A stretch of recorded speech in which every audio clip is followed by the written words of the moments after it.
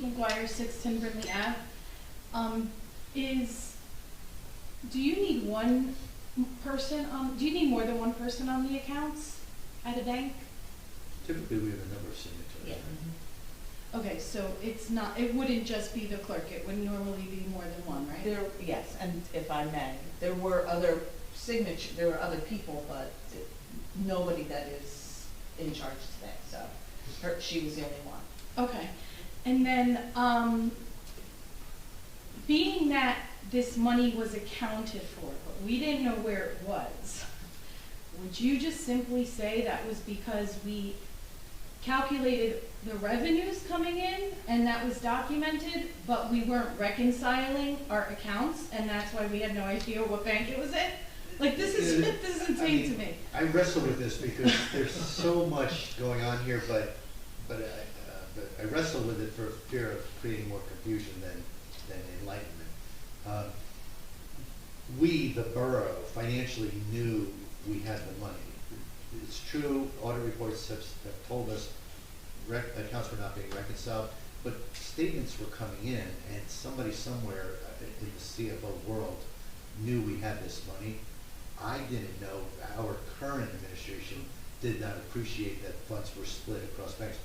We all went through, the new administration went through getting our signatures updated on the accounts, Provident Bank in particular, that we use daily for payroll, for each utility, for sewer utility. So we did all the updating we thought, including with Mr. Barrett here. No one had brought to my attention that we had this other account with $700,000. First question I asked is, did we just find gold in our hills? No. We knew about it. It was in our financial stuff. No one's going to see an increase of $700,000. Right. But we were not. I get that. I mean, obviously, I almost feel like it's PTSD with all of this, just coming back to this topic.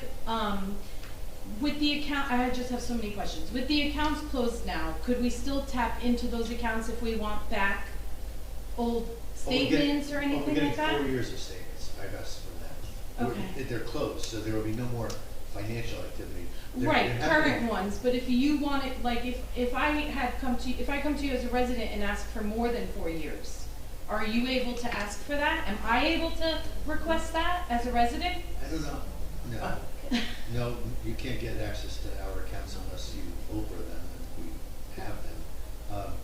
But no one's trying to hide anything. We've just discovered Of course, this. but I mean, I'm not a new person here over the last few years. This is freaking me out. Matt? Yeah, please. So these bank accounts, so it's from our former bank. So realistically, what happened was we banked with PNC Bank, and then a decision was made, not by us, by somebody else, to stop banking with them and move everything to Provident Bank. Right.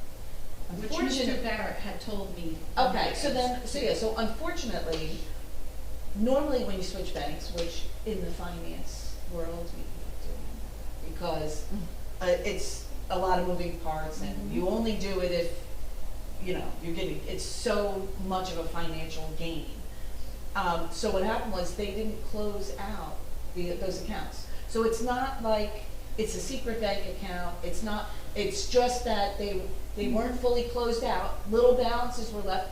Probably, especially the one where you said it started the year with 60,000. Right, that's more the concern. It's not about not trusting the new administration. It's going to, we know we've had all these bank accounts. We were told 26. This year we realized it's over 50. Well, the reason it's over 50 is because it's double. Because we opened all of the new accounts so that's why if you look at the financial statements, you're going to see, because we have different accounts for various reasons, and unfortunately 4 accounts isn't enough.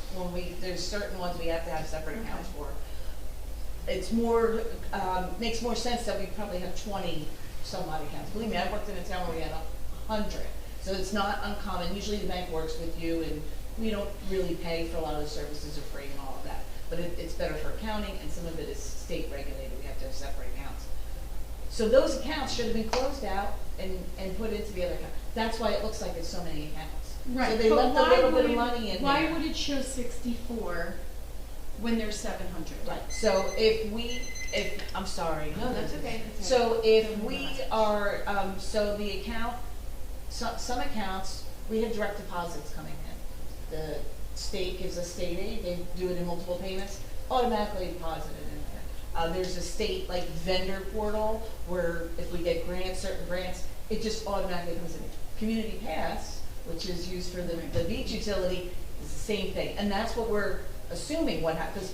I would be more concerned if it had less money. The fact that it's got all this extra money, so that's what we're assuming. When they did the AFS, they listed all the accounts, so it's not like you didn't know that they had them. It's just that for whatever reason, and I'm assuming, you know, you've had a turnover in financial people, right? And so nobody And is. we're trying to be patient, because it's all Right, new right. year. And I'm hoping to reinstill your Great. confidence and all of that. But what happens is, the last, Mr. Barrett, who was here for he didn't have time to, you know, by the time he's trying to find his feet, he left. So he did the AFS, all those accounts showed up. That should have been the trigger, like, this doesn't make sense. But he probably didn't have time I know he didn't, without knowing him. He didn't have time to come and revisit and say, we need to close these out. We happen to stumble over it by accident. And unfortunately, what I think you're gonna find throughout the rest of this year is little things that are gonna seem like a big deal. To me, this is a shame because we're being charged fees, Yeah. right? So that's the shame of everything. I don't think it's anything untoward. That's just my opinion. I think it was just a housekeeping issue that wasn't resolved. Okay. And so I That would think, make total sense. I think there's gonna be, I just wanna warn everybody, as we go through the process, and we try to really clean things up and, you know, get us where we need to be, that well-oiled machine, you're gonna hear some of these kerfuffles come up, but we're gonna fix them. Okay. That's what we're gonna do. So, Thank you. can I just ask Ms. Larson, so the monthly fees, what were they charged? So they charge, because we fell below certain balance, they charge like maintenance fees and all of this analytical And how are they fees. paid? I got a much more, a broader explanation, but Good. you're right, there's an element of that, but, we had, when we were doing all our banking there, an average cash balance went to $10 million. They had a series of, analytic programs designed to detect fraud and measure activity, and are you missing entries here, or are you getting too many there, are you putting them in the right accounts?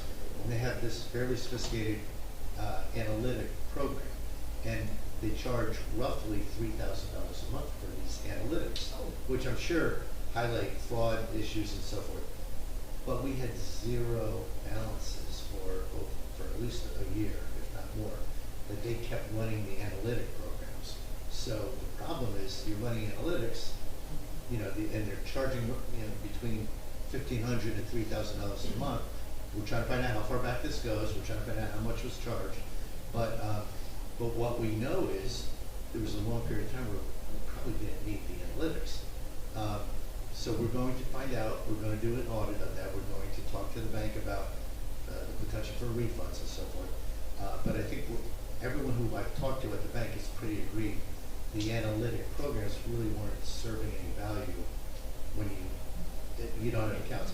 And ironically, the one account where we had money, that enabled the bank to charge fees when the rest of us didn't know they were charging fees. If they were sending us an invoice every month, somebody would have said, hey, what's this $3,000 invoice? But they were slowly drawing down the $600,000 or $700,000 we had, and nobody knew it unless they would have looked at the bank statement, which is what we. The other problem. So these are the things, I know it's driving everyone a little crazy. We're very, very aware of the challenges. There's a lot of good that's happened, and there's a lot of stuff we need to fix. So right now we're in the process of, with a new CFO and a relatively new council, we're in the process of getting our arms around everything. And our CFO in particular and our auditor are very laser focused on helping us get our bookkeeping in